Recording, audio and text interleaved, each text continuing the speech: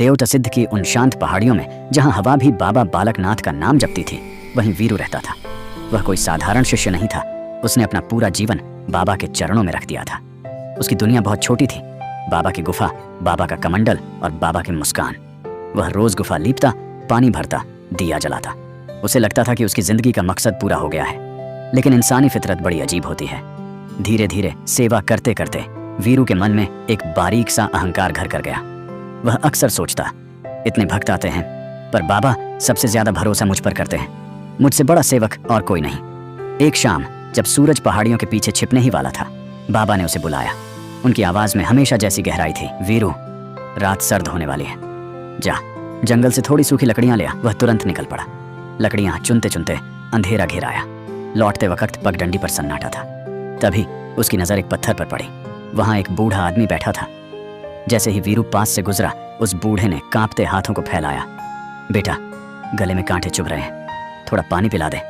वीरू के कदम ठिठक गए। एक पल के लिए मन पसीजा, लेकिन अगले ही पल दिमाग ने तर्क दिया, अगर मैं यहाँ रुका तो बाबा को देर हो जाएगी।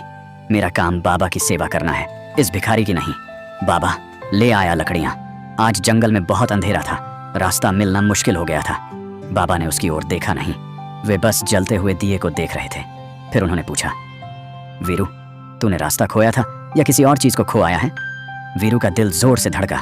क्या बाबा जान गए? उसने बात संभाली। नहीं बाबा, बस थोड़ा भटक गया था। बाबा ने फिर पूछा, आवाज और भी धीमी पर गंभीर, क्या रास्ते में किसी ने तुझे पुकारा नहीं था? वीरू के माथे पर पसीना आ गया। झूठ उसकी जबान पर आ ही गया। नहीं बाबा, कोई नहीं था।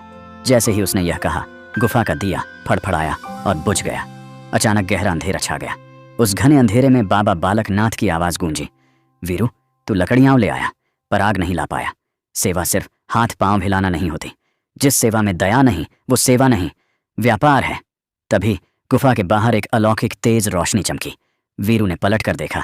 वही बूढ़ा आदमी जिसे वह प्यासा छोड़ आया था, गुफा के द्वार पर खड़ा था।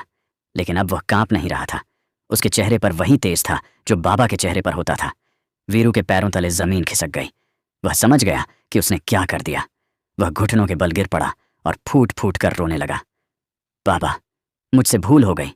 मैं अहंकार में इतना अंधा हो गया था कि आपको पहचान ही नहीं पाया। बाबा ने उसके सिर पर हाथ रखा।